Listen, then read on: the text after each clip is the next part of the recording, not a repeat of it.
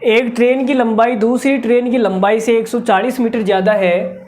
जब वो विपरीत दिशाओं में चलती है तो एक दूसरे को 35 सेकंड में पार कर लेती है, तथा जब वो एक ही दिशा में चलती है तो उनको पार करने में 4 गुना समय ज़्यादा लगता है। यदि धीमे दौड़ने वाली ट्रेन की चाल 27 किलोमीटर प्रति घंटा है तो तेज़ दौड़ने वाली ट्रेन की चाल आपको बतानी है। तो बता देते हैं। देखो, अगर वो समान दिशा में जा रही है तो भी दोनों की लंबाइयों की योग के बराबर डिस्टेंस चली जाएगी, और जब वो विपरीत दिशाओं में जा रही है तब भी दोनों की लंबाइयों की योग के बराबर डिस्टेंस चली जाएगी। इसका मतलब डिस्टेंस क्या है, दोनों साइड में कांस्टेंट है, फिक्स है।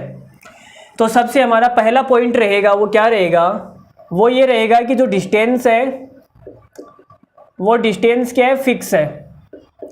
और जब डिस्टेंस फिक्स होती है तब हमने आपको बताया कि स्पीड और टाइम का जो अनुपात होता है वो क्या होता है, एक दूसरे के उल्टे होते हैं। तो इसने बोला है कि इसने पहले बोला है 35 सेकंड का टाइम लेती है, तो यहाँ पे मैं 35 लिखूंगा।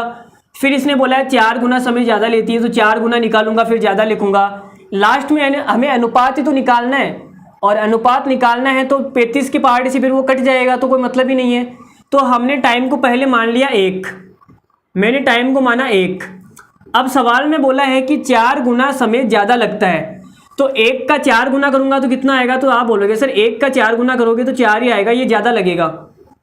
तो मतलब यहाँ कितना आ जाएगा, 5।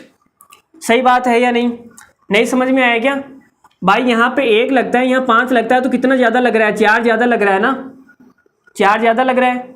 अगर सवाल में यहाँ ज़्यादा नहीं बोला होता, सवाल में केवल इतना सा बोला होता कि 4 गुना समय लगता है, 4 गुना समय लगता है, तो यहाँ पे 1 आता और यहाँ पे 4 आ जाता। लेकिन सवाल में ये बोला है कि 4 गुना समय ज़्यादा लगता है, तो ज़्यादा 1 का ज़्यादा करूँगा 4 गुना तो 5 हो जाएगा ना। अरे भाई समझ में आ रही है मेरी बात, आ रही है ना? चलो देखो आ रही है जी, सामने से जवाब आ गया, आ रही है, ठीक है। तो ये 1/5 हो गया। अगर टाइम का अनुपात 1/5 है तो स्पीड का अनुपात कितना हो जाएगा, उल्टा हो जाएगा, 5/1। ठीक है। अब यहाँ पे ये किसका अनुपात आया, रिलेटिव स्पीड का अनुपात आया, सापेक्ष चाल का अनुपात आ गया। तो जो ज़्यादा है वो तो हो जाएगी प्लस वाली, और जो कम है वो हो जाएगी माइनस वाली। तो रिलेटिव स्पीड का अनुपात ये आ गया। तो आप वज्र गुणा करके S1/S2 निकाल सकते हैं, पहले वाले सवाल में मैं बता चुका हूँ। ठीक है। अब यहाँ पे मैं योगांतर अनुपात लगाऊंगा तो मेरे पास में कितना आ जाएगा, S1/S2,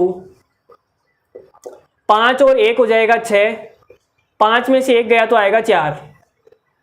सही बात है। चलो जी, और काटना चाहो तो आप काट भी सकते हो, इधर 2 से 2 तो कट जाएगा ना, मैंने लिखा नहीं है, यहाँ 2 से 2 कट जाएगा। अगर इसको हम काटेंगे तो 2 के पहाड़ी से कट जाएगा, 2 3 6, और ये 3/2 आएगा। अब सवाल में क्या बोला है, सवाल में बोला है धीमे दौड़ने वाली ट्रेन की चाल 27 है। तो देखो जो तेज दौड़ती है वो तो हो जाएगी 3, और जो धीमे दौड़ती है वो हो जाएगी 2। 2 की जो वैल्यू है वो सवाल में आपको दे रखी है 27 किलोमीटर प्रति घंटा।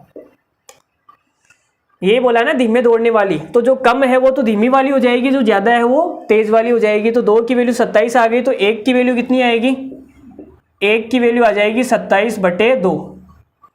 अब हमें तो 3 की वैल्यू निकालनी है, तो 3 की वैल्यू कितनी आ जाएगी मेरे दोस्त, 3 से गुणा कर देते हैं इसको, 27/2 गुणा 3। तो 27 को 3 से गुणा करेंगे तो आएगा 81/2, और ये आ जाएगा 40.5 किलोमीटर प्रति घंटा।